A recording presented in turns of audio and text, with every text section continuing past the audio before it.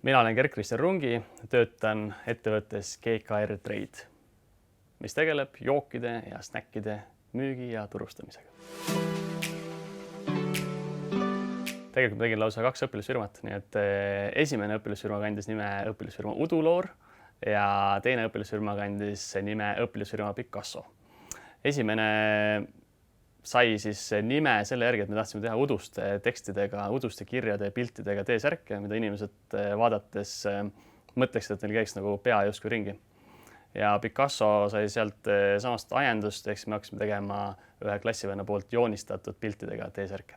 Esimesel õpilasfirma Uduloor läks niimoodi, et saime endal taskuraha teenida, aga ütleme nii, et väga suurt menu sellel ei olnud ja jätkusuutlikkust, nii et seetõttu me siis muutsime selle äriidee ümber. Aga miks ta ei läinud käima tegelikult ju sellepärast, et me ei saanud selle uduse teksti ja pildiga hakkama, et kokkuvõttes me tegime lihtsalt täiesti tavalise teksti ja pildiga T-särke, mida oli siiski hea müüa.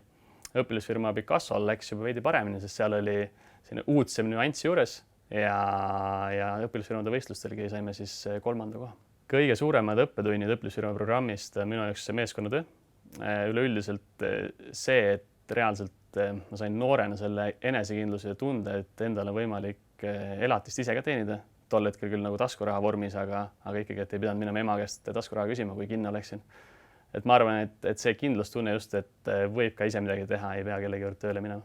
Kõige meeldejäävam lugu õpilasfirma programmist on minu jaoks Kristiina Laadalt, kus me hästi aktiivselt müügitööd tegime ja nagu kõikidel teistelgi laatidel ja kus siis õpilasfirmade programmi Junior Achievement juht Tepp Odja ei julgenud meile 5 meetri lähedusse tulla, sest ta arvas, et muidu me moosime temaga ära ja müüme talle ka särgi maha.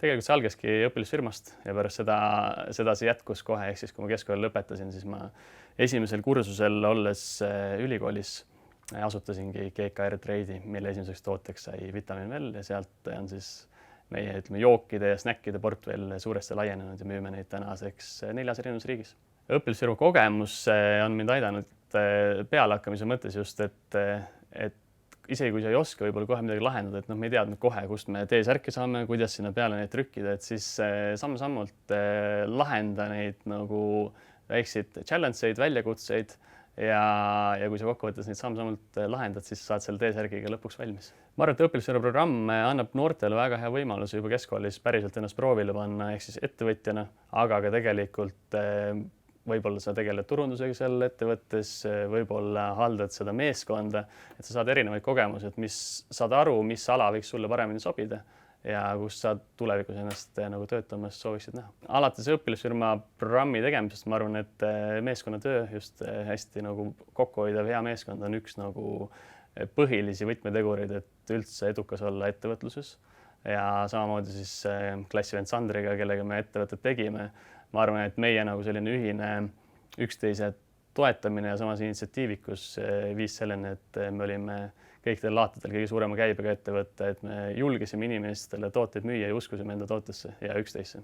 Jah, mina toetan peaasjalikult läbi selle, et ma käin erinevates kohtades rääkimas õpilasfirmade programmidest ja aeg-ajalt siis, kui õpilasfirmade programmide üritused on, siis toetame neid ka loomulikult joogipoolisega. Kui sa soovid näha Eesti poeriiulitel veelgi paremaid, ägedamaid tooteid või saada veelgi paremaid teenuseid, siis toeta Eesti noorte ettevõtlikkust, et noored saaksid ennast ettevõtlusteel juba väga noorelt proovile panna ja seda kõike, ehk siis paremaid tooteid ja teenuseid meile tulevikus pakkuda.